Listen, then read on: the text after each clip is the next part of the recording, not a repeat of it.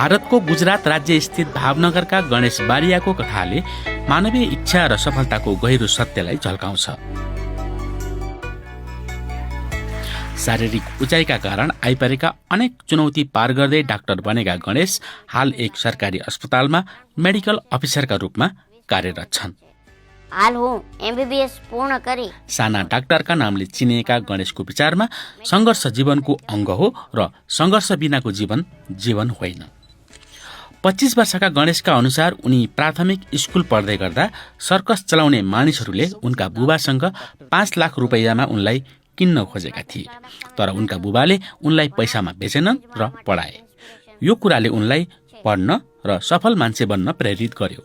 School पढ्दा केही विद्यार्थीहरूले उनको उचाइलाई लिएर गिज्याए। उनी घरबाट 5 किलोमिटर टाढाको स्कुल बल्ल तल्ल पुग्थे। कहिलेकाहीँ बुबाले बोकेर स्कुल लग्थे भने कहिले उनले घरमै बसेर पढे। उचाइका कारण गणेशले प्राथमिक कक्षादेखि एमबीबीएससम्म अनेकन सङ्घर्ष गरे। कक्षा 12 पास गरेपछि उनले एमबीबीएसमा भर्नाका लागि दिएको आवेदन शारीरिक अपाङ्गताकै कारण अस्वीकृत भयो। उनका शिक्षकहरूको सहयोगमा उनले अदालतको बाटो रोजे, तर उच्च अदालतबाट न्याय पाउन विफल हुँदा उनको डाक्टर बन्ने सपना अधुरो रहने हो कि भनेर उनी निकै चिन्तित बने।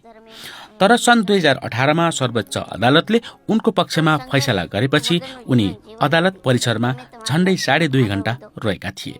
त्यसपछि जहाँ उनी एमबीबीएस पढ्न भर्ना भएका थिए, अहिले उनी त्यही सरकारी अस्पतालमा मेडिकल अफिसरका रूपमा कार्यरत छन्।